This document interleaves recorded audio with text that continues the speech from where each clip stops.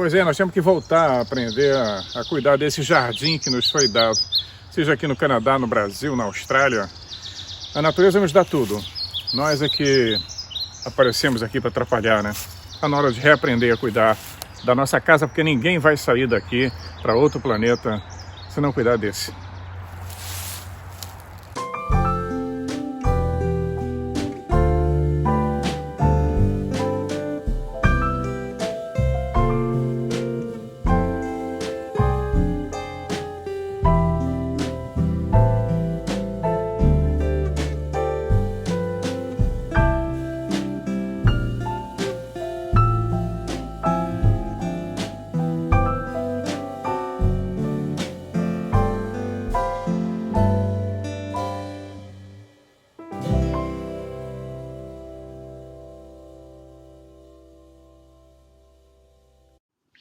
Olá, tudo bem com vocês? Eu espero que sim. As coisas aqui estão bem complicadas. Mas vamos falar de outro assunto por enquanto. Nosso assunto é astronautas no passado, deuses do Egito, deuses da Suméria, deuses de tantos lugares, né? Eles sempre aparecem em todos os lugares, nós temos histórias incríveis e muitas delas nos foram ocultas. É sobre isso que eu vou falar hoje, sobre a história que não nos contaram. Isso me lembra quando eu era pré-adolescente, já fui um dia, aí na Ilha do Governador, no Rio de Janeiro, minha doce ilha, de doces lembranças, né? Eu sei que a ilha de hoje não é igual a da minha juventude, mas eu tenho excelentes lembranças dessa época. Mas o que me guardei uma lembrança que tem a ver com a história que nós vamos conversar hoje, o assunto que nós vamos conversar hoje, que minha família era presbiteriana e meu pai fazia a leitura diária da Bíblia. Nós tínhamos no sábado, domingo, na escola dominical, etc. Mas eu sempre enchia a paciência dele, torrava a paciência dele como um bom pré-adolescente curioso, sobre alguns aspectos da Bíblia, sobre alguns assuntos, alguns que ele levantava, e eu perguntava o porquê. E uma das coisas que me causava admiração, eu ficava encantado com a história da descida do Senhor no Monte Sinai, onde depois ele pede para que Moisés suba, mas cheio de restrições. Todo mundo conhece essa passagem, quem não conhece é bom ler, né? Quando eles estão no deserto, e aquela descida da glória do Senhor, com trovões, raios, fumaça, uma verdadeira apoteose em cima do Monte Sinai, e depois manda cercar o Monte Sinai para que ninguém pudesse subir. Eu perguntava, o que é isso, meu pai? Como é que Deus precisa desse aparato todo? Enfim, era sobre isso, sobre a arca, como é que cabia tanto animal na arca, como é que fazia para alimentar, e por aí vai o porquê. O meu pai sempre respondia com uma única frase: isto é economia divina, meu filho. Economia divina? O que é isso, economia divina? Eu levei décadas e nunca consegui entender o que era essa economia divina, né? Por que tinha que esconder se não se vai tocar nesse assunto? E aí eu sempre pergunto quantas economias divinas nós vamos ter ao longo de nossa vida. Tivemos ao longo de nossa vida, ainda teremos. Até quando a nossa história vai ser tão oculta, ou até quando nós vamos aceitar a história que nos foi contada e não a que realmente aconteceu? Hoje nós só conseguimos saber um pouco dessa história que não nos contaram através de alguns visionários, de pessoas que escreveram sobre isso no passado recente, no passado bem antigo, no recente e atualmente. Pessoas que colocaram seu nome, seu prestígio, levantando assuntos que eram tabus, considerados tabus pelas religiões, não só a religião cristã, mas todas as outras, pela ciência acadêmica, que também faz questão de esconder e não quebrar o seu esquema que está montado há tantos séculos. A estrutura acadêmica de hoje é a mesma da Idade Média. Então, quantas economias divinas ainda nós teremos que enfrentar? E nós vamos quebrando essas economias divinas, vamos conversar sobre isso. E esse é o assunto desse vídeo. Vou aproveitar para falar sobre essa turminha que chegou aqui lá no passado, agitou tudo, fez uma confusão e foi embora.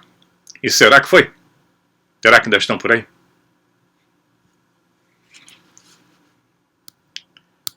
Pois é, uma história... Todos nós gostamos de histórias de vampiros, lobisomens, adoração ao demônio, bruxaria e qualquer outra coisa comumente considerada ocultista. E essas histórias arregimentam muita gente embora exista um aspecto sobrenatural nelas, muitas pessoas acreditam e optam por colocar sua fé nessas histórias. Mas existe uma outra narrativa crescendo na consciência pública e que não pode mais ser escrita como mera fábula ou fantasia. Quer dizer, a gente não pode mais considerar fantasia. É a ideia que nós estamos falando há 77 vídeos e mais outros canais e milhares de livros pelo mundo. A ideia de que alienígenas do espaço sideral ou de outras dimensões podem ter ou podem estar tentando assumir o controle do nosso mundo. Tá aí fora, é só olhar em volta. A palavra oculto, né, muitas vezes é mal interpretada, ela é usada para significar sobrenatural ou mágico, né? Essa questão da palavra oculta, fica todo mundo ai. Mas na verdade, simplesmente ocultar alguma coisa, esconder, né? A palavra envolve uma conexão com o espaço sideral, com o céu. Em termos astronômicos, o termo ocultado equivale a um eclipse no qual um corpo celeste oculta, passa na frente do outro, né? Então nós temos aí essa pergunta, né? Que história está sendo escondida de nós? Então parece que algo não humano busca controlar o planeta Terra e pode até ter contribuído para o advento da humanidade moderna. Não temos discutido isso, essa interferência extraterrestre ou interdimensional, como queiram, é de fora, não é daqui. No campo do entretenimento, cinema, não é estranha essa ideia, nós temos milhares e milhares de filmes sobre esse assunto. Séries de televisão V, por exemplo, que apresentou alienígenas benignos de aparência humana visitando a Terra, que depois se revelam como uma raça reptiliana determinada a conquistar nosso mundo. Invasão de corpos, né? Invasion of the Body Snatchers. Livros como The Pup Master, de Robert Heinlein, também retratam homens transformados em zumbis depois de uma invasão alienígena. Então, todos esses conceitos não são muito bons, não são bonitos, são sempre ofensivos, ultrajantes, né? Os ETs são sempre do mal, sempre querendo dominar o nosso planeta. Mas muita gente considerou isso, muita gente, muito escritor, muito pesquisador. Um deles mais famosos é o David Icke, que todo mundo conhece, né? O autor de Big Secret, ele tem dezenas de livros, está cheio da grana porque as palestras dele são concorridíssimas, está bloqueado no mundo inteiro. Né? Ele construiu um grande número de seguidores por todo o mundo, com as afirmações de que certos líderes mundiais, inclusive a realeza britânica, por isso ele foi censurado, e vários países ele foi proibido de entrar, e dizia que a realeza britânica era reptiliana. Né? Ele foi proibido de entrar na Austrália, aqui no Canadá ele foi barrado também. Pois ele acha que essas pessoas são alienígenas reptilianos, mutantes, que estão na Terra desde antes da história escrita. Eu tenho feito alguns vídeos sobre os reptilianos. Tem uma influência muito forte em todas as culturas do mundo da serpente e dos répteis. Não tem como esconder isso. Eu já falei outras vezes, não adianta bater o pé, tá lá. Se for pesquisar, tá cheio. Algumas são referências simbólicas, mas existe alguma coisa que deixa uma pista de que houve sim uma raça reptiliana, ou existe ainda. Tá? Muito bem, vamos ver, de acordo com Icke, essa liderança da Terra descende de muitas gerações de alienígenas reptilianos, quer dizer, uma raça de linhagens de cruzamento híbrido, né, réptil e humano, que estava centrada no Oriente Médio e no Oriente Próximo, lá no mundo antigo. Ele continua dizendo que há milhares de anos, então, eles expandiram seu poder por todo o mundo, se espalharam através de uma rede de escolas de mistérios. Eu já comentei isso sobre a Irmandade da Serpente, né, quando Enki tenta libertar a humanidade e é derrotado pelo irmão dele. As sociedades secretas que surgiram depois deturparam essa história. A serpente que traria o conhecimento começou a trazer o mal. Já conversamos sobre isso também. Foram criadas instituições religiosas para controle mental e emocional e aprisionar as massas e colocá-las em guerra uma contra as outras para que se nunca tenha paz. Né? Para quem acha que essa conversa é conversa de maluco, de fanáticos e de conspiranoicos, vou falar sobre uma pessoa que não era nada disso e que falou sobre esse assunto dos reptilianos. Nada mais, nada menos que o cientista Carl Sagan. Ele escreveu longamente no seu livro Os Dragões do Éden sobre o complexo reptiliano que cobre o tronco cerebral, que é a parte mais antiga do cérebro humano. Sagan diz que essa parte é a sede da agressão, do ritual, da territorialidade, vamos tentar de novo, territorialidade. Vamos seguir. Esquecer o português é terrível, né? Não estou esquecendo não, a gente embola mesmo. Quanto à questão da hierarquia social, todo esse o complexo reptiliano que está no nosso no tronco cerebral, né? Ele controlaria essas emoções, né? Hierarquia social, territorialidade, agressão, o ritual, todos nós somos ritualistas em tudo, somos ritualistas no nosso comportamento diário, para casar, para o sexo, para cantar, para trabalhar, tudo é cheio de ritual na igreja. E ele equiparou essas características ao comportamento burocrático também e político do humano moderno. Nós herdamos isso daí, essa confusão que está no nosso planeta. Então essa ideia de que alienígenas reptilianos querem dominar o planeta existe desde muito tempo. E muito antes de David Icke falar nisso, já se falava nessa história. Eu acho que eu já mostrei em outros vídeos algumas histórias em quadrinhos da década de 20, já falava em raça reptiliana. Tem uma edição de 1952 da Weird Science, é uma publicação de uma revista em quadrinhos chamada Educational Comics, EC. Ela foi até os anos 50. Ali começou a história que muita gente viu, eu vi muito na televisão, o Alligator, desenho animado, né?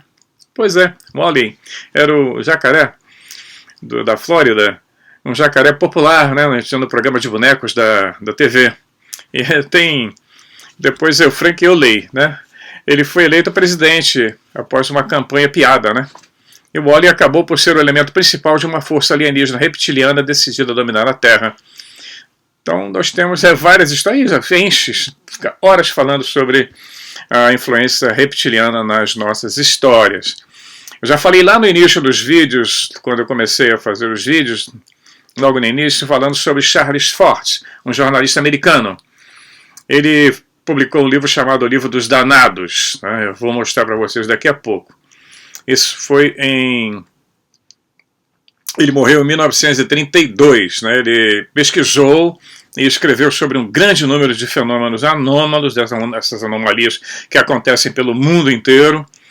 Então, é um termo estranho, né? Anomalia. Hoje está muito... O próprio governo americano não fala UFO, ele fala anomalia. Vamos estudar essas anomalias. Ou anomalias atmosféricas, anomalias planetárias, anomalias em Marte, anomalias na Lua. Essa palavra ficou na moda.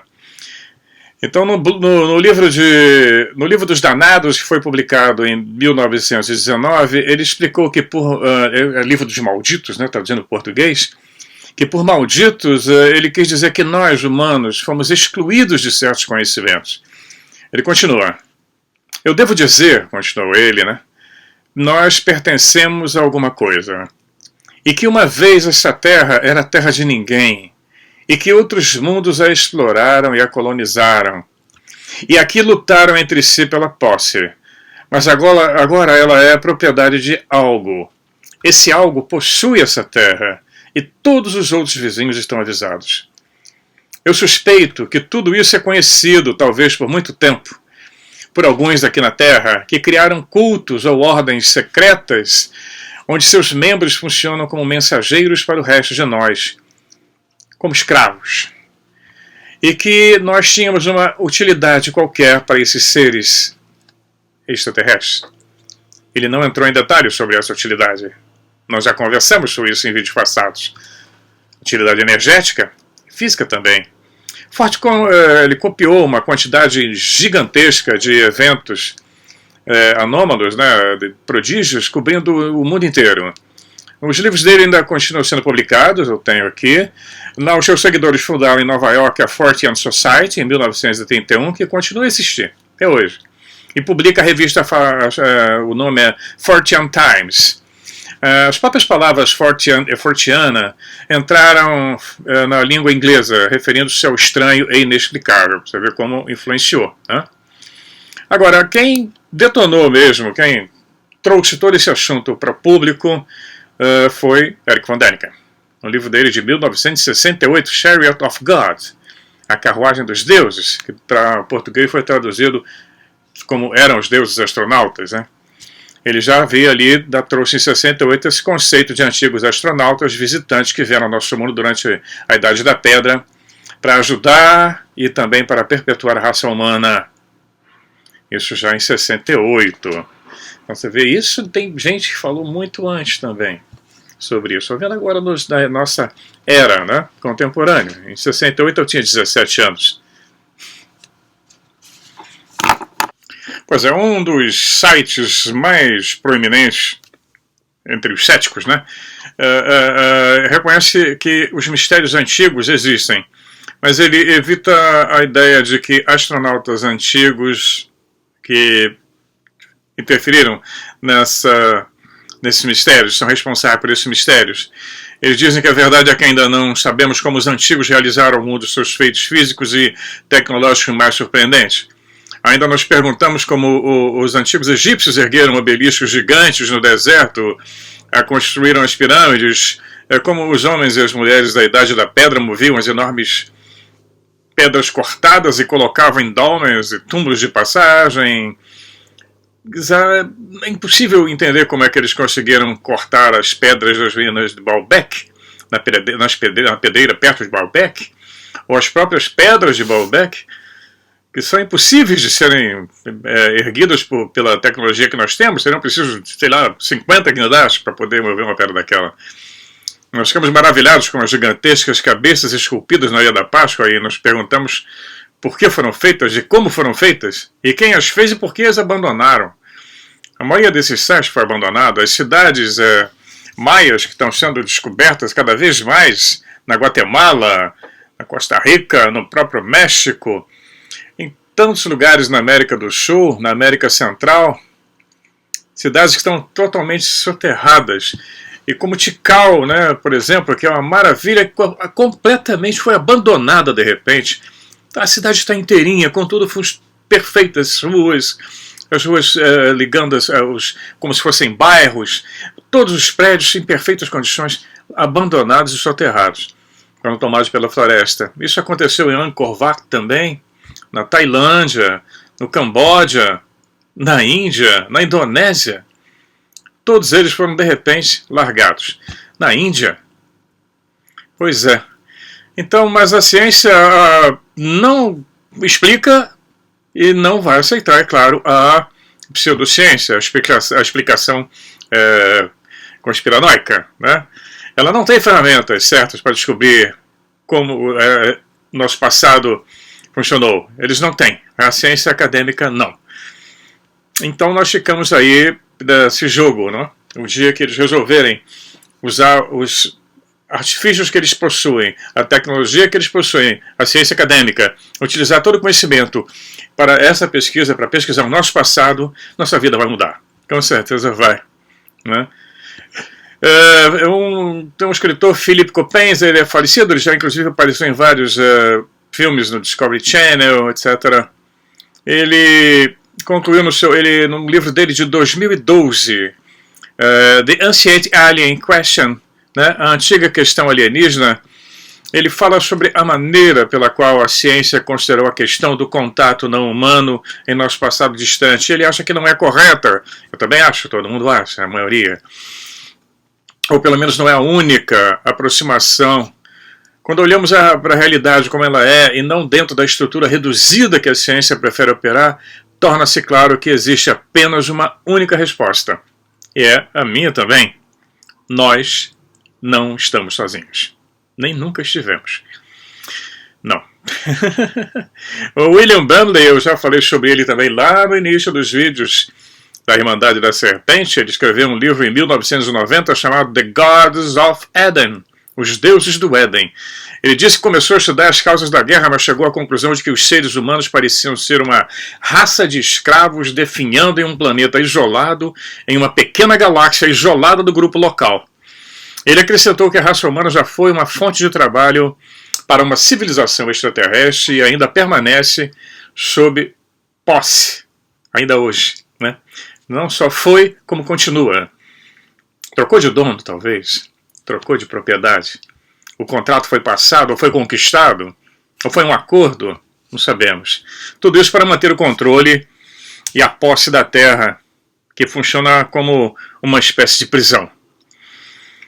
Brownlee acha que uma outra civilização que ele chamou de os tutores ou guardiões gera um conflito sem fim entre os seres humanos e promoveu a decadência espiritual humana e ergueu a Terra colocou a Terra numa condição de sofrimento físico contínuo. Isso nós estamos vendo por tudo que nós sabemos, seja a história oficial ou não, nosso planeta nunca teve paz. E essa situação dura milhares de anos e continua até hoje.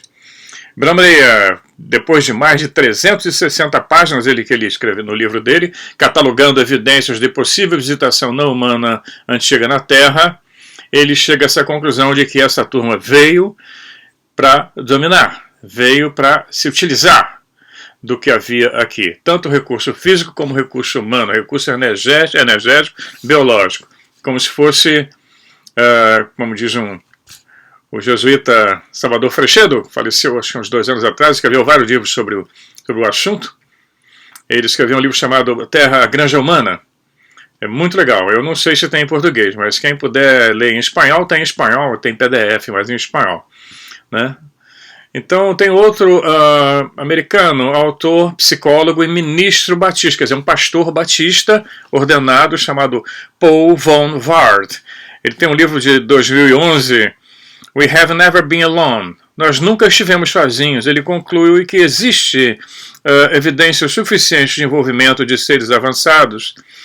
E existe a história que quem for estudar a história humana, que nenhum estudante que venha estudar a história humana e o passado e o presente pode descartar essa possibilidade em sã consciência. Tem outro pesquisador australiano, Paul White. Ele viu o envolvimento de seres não humanos nas lendas e mitos antigos em todo o mundo. Também nós temos conversado bastante sobre isso, né? Como os egípcios chamavam o tempo antes do dilúvio, era a época que eles chamavam de Zep-Tep, os primeiros tempos, ou o início de tudo, quando os deuses governavam. Os egípcios contam que um misterioso grupo de deuses apareceu para iniciar ou ensinar aos sobreviventes da catástrofe do dilúvio os rudimentos da civilização, começar tudo de novo. Aí vieram Tote, Osíris, né? Quetzalcóatl no México, Viracocha, né? Na América do Sul. Esses são os deuses que apareceram e vieram para ensinar aos sobreviventes a reiniciar a nova civilização. As tradições de todo mundo colocam a origem da nossa civilização a este grupo sofisticado de deuses. Eles estão por toda parte, na China, no Japão, na Polinésia. Evidências de todo mundo indicam que essas pessoas eram os sobreviventes que possuíam uma alta tecnologia. Pois é, e a ufologia antiga, hein? Quer dizer, antiga, nem tão antiga, década de 60. Essa ufologia que está tão sofrida atualmente, né? Sem assunto, sem ter o que falar. No início dos anos 60, haviam muito poucos autores que falavam sobre esse assunto. Muito poucos autores escreveram sobre extraterrestres, civilizações alienígenas. Eram poucos livros. Naquela época, nós não éramos chamados de ufólogos ainda. A ufologia, como nós conhecemos hoje, ela não existia. Era uma coisa muito restrita. Muito, inclusive, diziam naquela época, na década de 60, que ser ufólogo era o beijo com a morte, né? Falavam nos Estados Unidos, os ufólogos eram perseguidos. Eram perseguidos mesmo, era uma coisa tabu. Você tinha que falar de uma forma muito restrita. Tem as famosas histórias dos homens de preto, das perseguições pela CIA e inclusive algumas mortes que aconteceram. Tem muita literatura a respeito, né? Então, a literatura sobre OVNIs e alienígenas interdimensionais durante os primeiros anos daquele período era mínima. Tinha algumas revistas no Brasil, tem a revista UFO, tinha a revista Planeta, que faziam publicações a respeito. Nós não tínhamos internet na época, a televisão nem falava nosso assunto, imagina, a não ser filmes de ficção. Né? Então o assunto era uma novidade e, consequentemente, não chamou muito a atenção das massas, como hoje é comum se falar nisso, a internet está cheia, Facebook, Instagram, Twitter, YouTube, o que mais tem é canal como esse, nosso, falando sobre esse assunto. Então, na época, uns 50, 40 ou 50 livros, eu cheguei a ter uma coleção desses livros antigos, já bem ultrapassados. Não tinha uma rede mundial de computadores para colocar um clipe, né? Mas hoje a coisa é bem diferente. Naquela época era bem primitivo. Então nós tínhamos a ufologia dividida em dois campos. Dos insiders, quer dizer, aquelas pessoas que trabalhavam para o governo em projetos e programas de pesquisa relacionados a OVNIs, já existiam naquela época, evidente. E nós tínhamos os de fora, os estranhos. Quer dizer, então nós temos aí os estranhos. Seriam pessoas como nós, autores, pesquisadores autônomos e o público em geral.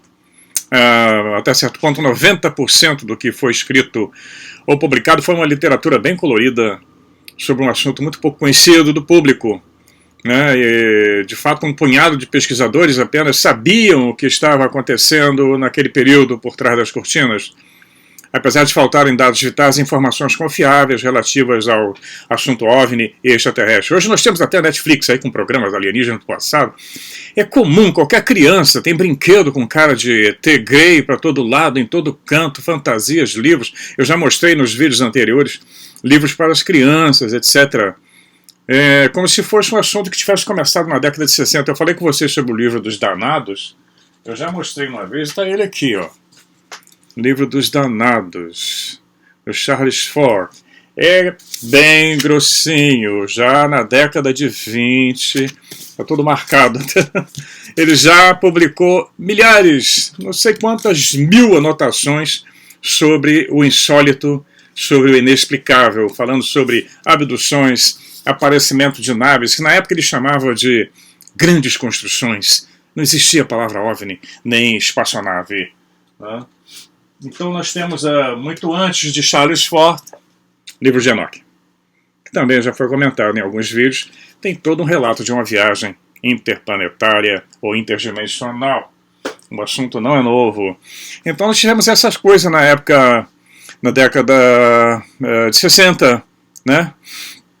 Então a maioria dos ufólogos era muito controlada pelos órgãos governamentais, eles tinham que manter a boca fechada e tomar muito cuidado com o que falavam, né? Mas acontecia, né? Aí foi graças a essa turma que hoje nós estamos aqui conversando sobre isso. Existe uma censura no ar, existe uma censura mundial. Nós ainda estamos conseguindo falar. Se eu estou transmitindo esse vídeo para vocês é porque ainda posso falar sobre o assunto. Mas alguns canais foram fechados, banidos do YouTube. Eles estão muito, muito de olho em cima das teorias conspiratórias, apesar do próprio governo americano falar que, bom, diz que o tic-tac existe, a Marinha já tem vários filmes, nós mostramos 3, tem muito mais. Tem um departamento do governo americano encarregado de estudar isso, já falado publicamente. O Japão também já se manifestou a respeito, outros países também. Mas, do modo geral, nas redes sociais, começa a aparecer um controle. Isso é muito ruim, tem a ver com o que está acontecendo no mundo. Essa supressão da história, a supressão da verdade, a supressão de conhecimento, ela é milenar. Ela não acontece agora, ela vem acontecendo ao longo da história da nossa humanidade. O conhecimento é recolhido, é restrito, é proibido, é queimado. Eu vou falar com vocês agora uma história muito, muito triste, porque já tem filmes sobre o assunto. É sobre Pátia, todo mundo que transita nessa área já ouviu falar sobre Pátia e sobre a Biblioteca de Alexandria, que foi incendiada por cristãos. Pois é, vamos conversar sobre isso agora?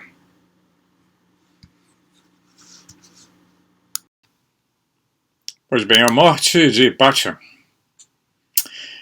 Num dia de primavera, no ano de 415 d.C., uma nobre pagã saiu da sala de conferências anexada à grande biblioteca da Alexandria e pediu sua carruagem. Ela pretendia dirigir-se para casa. Embora houvessem muitas mulheres pagãs educadas de alto nível, posição social e boa educação em Alexandria, que é no Egito, naquela época, Hipátia, como era chamada, era uma das poucas pessoas que possuía e dirigia sua própria carruagem. Uma visão familiar para a população local, em que ela frequentemente parava seus cavalos e descia para a rua para conversar amigavelmente com a população local. ou então debater questões de filosofia com quem quer que desejasse envolvê-la. Sua abertura, combinada com a sua maneira gentil e elegante, conquistou a admiração e a afeição dos habitantes da cidade. Hipátia também possuía um conhecimento e capacidade oficial em assuntos cívicos, normalmente dominado por homens. Tais eram essas qualidades de autodomínio e facilidade de lidar com esses assuntos, decorrentes do refinamento e cultivo da sua mente, que ela sempre aparecia com frequência em público, na presença dos magistrados, e ela sempre era proeminente, sempre se projetava. Embora ela tivesse uma modéstia no tratamento, uma modéstia digna de comportamento, e ganhou com isso respeito e admiração universal no universo da época. A beleza de Hipátia era lendária e igualava-se, dizia-se, à sua inteligência. Ela era alta, ela era confiante, uma mulher poderosa. Essa mulher empoderada, não são essas empoderadas de hoje não que ficam desfilando, fazendo loucuras no meio da rua. Ela comandava facilmente sua charrete, ela estava vestida com uma túnica comprida, um lenço, que era uma espécie de assinatura da turma de ensino. Ela foi uma figura muito marcante e próspera, naquela que era, então, uma das mais cosmopolitas das cidades. Alexandria, seria a Nova York de hoje, ou Paris. Bom, naquele dia, foi em março de 415, quando Hipátia entrou na praça pública perto da igreja cesariana, em homenagem a Cesário, filho de Cleópatra. Nessa época, o cristianismo já estava como religião oficial no Império Romano. O cristianismo foi aceito como religião, deixou de ser perseguido em 325. Nós estamos em 415. Então ela passou perto da igreja, onde os cristãos se reuniam, e ela encontrou seu caminho bloqueado por uma multidão ameaçadora. À frente do grupo estava um homem de aparência rude chamado Pedro, o Leitor, que despertou os reunidos para se aproximarem de Hipátia e impedirem seu caminho. Foi lá e instigou o pessoal todo. Esse Pedro era um crente perfeito em todos os aspectos de Jesus Cristo. Ele era um zeloso, convertido, e que admirava Cirilo, que era o bispo cristão de Alexandria. Era a autoridade máxima da igreja lá em Alexandria. Então, pouco tempo antes, um prefeito local processou um dos déditos de Cirilo por atacar abertamente as doutrinas pagãs. Começa aí a intolerância religiosa, né? A minha é que é certa, a sua não. Então, o prefeito, Hipátia ficou do lado do prefeito e o homem foi severamente advertido. Cirilo tinha arquitetado então uma vingança para Hipátia. Embora não pudesse dar ao luxo de parecer mal aos olhos do público, agindo abertamente contra ela, muito tempo depois, no dia fatídico, muitos habitantes da cidade se perguntaram se Pedro o Leitor não fora enviado para vingar o seu mestre, Cirilo. Ou que será que ele não agiu de forma independente, na esperança de obter uma aprovação do patriarca, né, do bispo Cirilo. A opinião pública considerou que Cirilo chamou Hipátia de feiticeira. Então, o Pedro era o cúmplice no ataque. Ele estava... Tudo isso foi mancomunado, na verdade. Havia um grande complô. Quem quiser assista o filme, eu não sei em qual rede que tem, mas Hipátia foi lançado agora há pouco tempo. Tem bastante material na internet. Se clicar no Google Hipátia e destruição da Biblioteca de Alexandria, vai encontrar muita coisa. É terrível. Pedro, então, ele exortou a multidão a jogar ladrilhos em Hipátia e puxá-la da biga. Suas longas vestes e cachecol provaram ser uma vantagem para a multidão, arrastaram ela. Então, a maioria eram trabalhadores rudes, eles rapidamente a dominaram, puxando com força e para o chão, onde ela lutou em vão para se libertar e correr. Eu não vou entrar em detalhes do ataque. Quem quiser, leia lá, porque nem vale a pena. Ela foi massacrada e morta. Né? A multidão obedecia aos gritos estridentes de Pedro o Leitor, que chamava a Hipátia de uma herege vil e de bruxa. A história das bruxas, né? Esse medo que os religiosos têm das mulheres, principalmente, né? Eles têm pavor do poder da mulher. Então eles diziam que ela seduziu as pessoas através da sua beleza e seus ensinamentos, que nada mais eram do que os ardis de Satanás. Imagina. Satã é o obstáculo em hebraico. É apenas um obstáculo ou opositor. Não adiantou nada ela gritar e pedir socorro. Em questão de minutos ela estava morta. Os detalhes, como eu falei, quem quiser que vá, são bem escabrosos. Então nós vamos ver que a Hipátia era filha do matemático Theon de Alexandria, o último sábio conhecido da tradição milenar das escolas de mistério. Ali existia uma universidade que tinha uma universidade moderna, tinha várias matérias, várias cadeiras. O ano da morte do pai da Hipátia não é conhecido, mas o nascimento, todo mundo se sabe, pelos historiadores, foi 370 e tal. Então a Hipátia deveria ter 45 anos quando foi assassinada. Os historiadores consideram sua morte como o evento que definiu o fim da civilização clássica na Europa mediterrânea e sinalizou o fim do paganismo e o início da Idade das Trevas. Ali começou o terror, que durou quase 2000 anos. Veio logo depois, a igreja passou a perseguir mais ferozmente quem não aceitasse a sua doutrina. Tem aqui a matéria que eu estou lendo, fala sobre Theon, o pai dela, né? Teria sido diretor do Museu de Alexandria. Essa biblioteca de Alexandria é um local dedicado às musas, às filhas antigas da deusa da memória, Mnemosine. E cada uma das musas incorporava uma arte sagrada, astronomia, poesia, história. As 9 filhas da memória apresentavam um modelo, uma espécie de modelo para ser o currículo das escolas de mistério. Então, você vê, hoje os museus têm apenas depósitos, né, de material. Naquele tempo, não. Ali era museu, era biblioteca e era uma universidade. Parecia exatamente como um centro de ensino superior. O campus, por assim dizer, se espalhava ao longo do porto em forma de ferradura, dominado pelo farol de Alexandria, famoso farol de Alexandria, que tinha mais de 300 metros de altura e era uma das 7 maravilhas do mundo. E essa escola, a biblioteca, ela incluía muitas academias independentes dedicadas a assuntos tão diversos quanto geometria e a dança sagrada. O treinamento do pessoal, toda a turma, era constante, era um fluxo constante de pessoas vindo de toda parte do mundo na época. Navegação, botânica, herbologia, engenharia, medicina.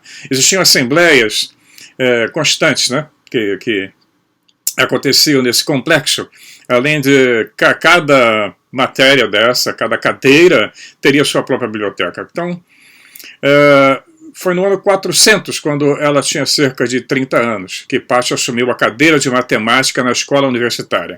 Essa era uma posição assalariada, quer dizer, ela ganhava um salário equivalente ao cargo de um professor em uma universidade moderna como hoje. Então a filha de Theon se destacou pelo seu domínio da filosofia platônica, sua habilidade em teurgia, obras de Deus, né? Ela também tinha um poder incrível nas questões filosóficas e por aí vai. Então nós vemos que essas tragédias continuam acontecendo. Aconteceram no passado. Hipátia foi uma das histórias. Depois que a Hipátia foi assassinada e parte da biblioteca foi destruída, os muçulmanos vieram mais tarde e completaram o serviço, destruindo tudo que ficou. A autoridade islâmica na época disse que livros que não tivessem matérias que fossem contidas no Alcorão deveriam ser destruídos. Eles foram queimados, essa história que foi queimada, foram levados pelos banhos públicos para aquecer as banheiras públicas, as várias banheiros públicos que existiam na cidade. A história é horrorosa, é uma história de terror total, né? O massacre da motosserra é conto de fadas perto disso que eles fizeram. Mudou toda a nossa história. A biblioteca de Alexandria foi uma perda inestimável. Aconteceram também esses tipos de ataques na China, quando os espanhóis chegaram na América do Sul, né? No México, destruíram toda a cultura asteca e inca e o que sobrou dos maias. Todos os códices foram destruídos. A ordem da igreja era queimar tudo, destruir. Sobraram hoje o quê? 6, não sei se tem meia dúzia de códices espalhados pelo mundo. Então essa é a história que se repete. E tem a ver com o que está acontecendo agora, nesse momento, no nosso mundo. Quebrando estátuas, removendo, trocando nomes, atacando as bibliotecas. As bibliotecas estão fechadas. Aqui no Canadá tudo fechado, não abre mais, desde o início do ano. É uma em cada bairro. A biblioteca da universidade é aqui perto, tem mais de 10 andares. Então é uma coisa aterrorizante. E nós temos a censura vigorando em todas as redes sociais. os jornais, tá, todos eles cúmplices dessa grande guerra que está acontecendo, já é uma guerra mundial, ela está se desenvolvendo na área da informação, na área da guerra biológica. Nós estamos nela, eu estou preso aqui no Canadá ainda. Mas tudo voltou, voltamos para o estágio 2, a Europa toda está no estágio 2, a Holanda, a França, a Itália, a Inglaterra, a Alemanha, todo mundo voltando para o estágio 2. As restrições variam de país para país, mas aqui, por exemplo, nós temos que andar com máscara na rua. Se você quiser atirar, atire, mas se a pessoa do lado ficar chateada, você pode se enrascar. A menos que você não consiga manter a distância de 2 metros, você tem que colocar a máscara. Fora isso, bares, restaurantes, todos com restrições, as áreas de lazer todas estão fechadas. Não pode, existem províncias que fecharam as fronteiras. A fronteira com os Estados Unidos, que é a maior fronteira do mundo, está fechada, ninguém passa nem para lá nem para cá, e por aí vai. Então, essa supressão da história, a supressão da verdade, da nossa história, que eu comecei a falar lá no início, isso acontece ao longo dos séculos. Sempre a turma do poder quer retirar o conhecimento, quer retirar a nossa história, porque, como dizia Zecharia Sitchin, o futuro está contido lá no passado. Se eu escondo a história... A China fizeram a mesma coisa, né, em todos. Hitler queimou livros também. Eles odeiam o conhecimento, odeiam a cultura. Quanto mais massificado um povo, melhor o controle. Quanto mais ignorante for, melhor e mais fácil o poder tem para controlar. E nós estamos aí enfrentando pelo menos 3 grandes poderes. Nós temos os Illuminatis, os globalistas são a mesma coisa. Nós temos os Estados Unidos lutando por fora, junto com algumas nações, a China, né, é outra frente. Então, essas frentes estão se preparando para aquilo que eu não gostaria que acontecesse, mas tudo indica que vai acontecer, que é uma guerra estilo tradicional. Nós estamos com os tambores da guerra rufando bem no horizonte. Isso não é uma boa notícia. Eu queria poder bater um papo mais alegre, mas não está dando, não. Está complicado. Nós temos que manter o otimismo, é claro, sempre manter o espírito forte e a mente limpa. Procurar as informações, não aceitar tudo que colocam. A imprensa no mundo inteiro foi dominada. E hoje nós ainda temos um pouco de liberdade aqui, não sei até quando, e nos livros físicos eu não abro mão. Porque um simples satélite com uma bomba de efeito de pulso eletromagnético desliga tudo e destrói toda a memória dos computadores. Então eu ainda uso meus papeizinhos, meus livros, o que eu puder eu copio do PDF, mando imprimir, mas eu prefiro isso do que depender do sistema que está caminhando numa linha muito frágil. Nós não sabemos para onde estamos indo ainda. Eu espero que aconteça tão propalada a intervenção alienígena. Cadê a turma do Astar Charan? Cadê a turma dos seres de luz? Dos pleidianos? Dos felinianos que inventaram cada coisa aí? Pois é, mas nós conversamos que existe alguma força sim por trás disso tudo. E são agendas diferentes, raças diferentes disputando o nosso planeta. Nós estamos enfrentando a batalha pelo planeta Terra. Pois é.